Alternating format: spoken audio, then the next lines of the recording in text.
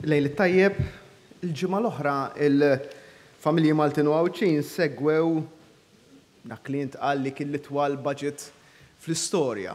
Illum naħseb segwew xi ħaġa oħra l-ewwel darba. L-aktar diskors negattiv illi qatt tagħmel kap tal-Oppożizzjoni fil-Parlament. Fil-kap tal-Oppożizzjoni attakka kull deċiżjoni, attakka kull settur, attakka kull ħaġa illi ġiet għal quddiemu u ma kellux iċ-ċans isemmi imqar punt wieħed li hu wieħed li sejjer tajjeb f'pajjiżna jew biex jagħmel kuraġġ lill-familji u lin-negozji.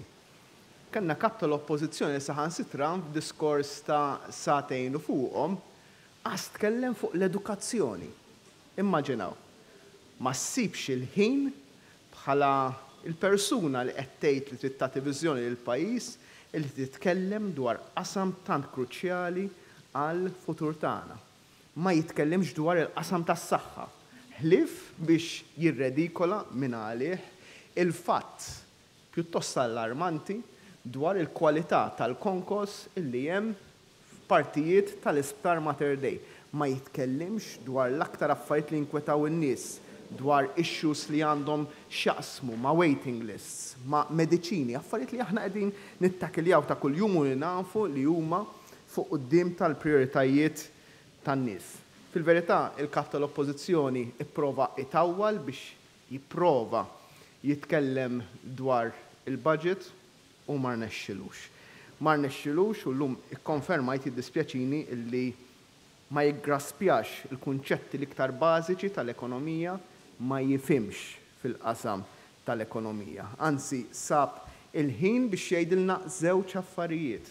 Sab il-ħin biex jgħid illi hu tanqasek fimtu jien u fimni ħafna minn sħabi u jrid qed jaqbes għal żieda fil-ħlas tiegħu tal-membri parlamentari tiegħu u it-tieni ħaġa illi indunajna li qiegħed jagħmel mhux qiegħed jifhem il-ġlieda bla preċedent kontra l-abbuż mill-benefiċċji soċjali li qed jagħmel dan il-gvern. U l-kap tal-Oppożizzjoni qiegħed jaqbes għal min jabbuża mill-benefiċċji soċjali min qiegħed jisraq mit-taxpayers onesti Maltin u Għawċin. Kap tal-Oppożizzjoni maqtuħ mir-realtà li ma jħoss il-pols tal-poplu, tal-familji u tan-negozji u li qiegħda aktar f'attakk individwali fil-libertà li jagħmilha, mhux problema, mal-poplu jaf jażel u jara, speċjalment meta prova jtawwal u jġebbed biex jitkellem dwar il-budget u ma rnexxilux. U minflok iffoka biex jiddefendi il-legacy tal-predeċessur tiegħu, il-legacy tal-gvern li hu kien viċi kap tiegħu.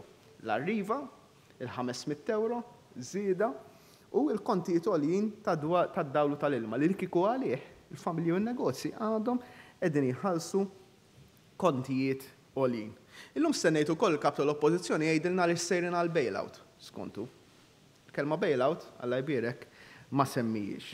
Jien għada ħanku qiegħed nitkellem dwar x'tip ta' futur qegħdin noffru aħna lill-familji Maltin u Għawċin, x'tip ta' preżent qed nibnu u ta' futur ta' opportunitajiet li lill-Maltin u l-Għawċin ħankunu qegħdin nippreżentawlhom anke permezz tal-budget li ġie ppreżentat minn dan il-gvern.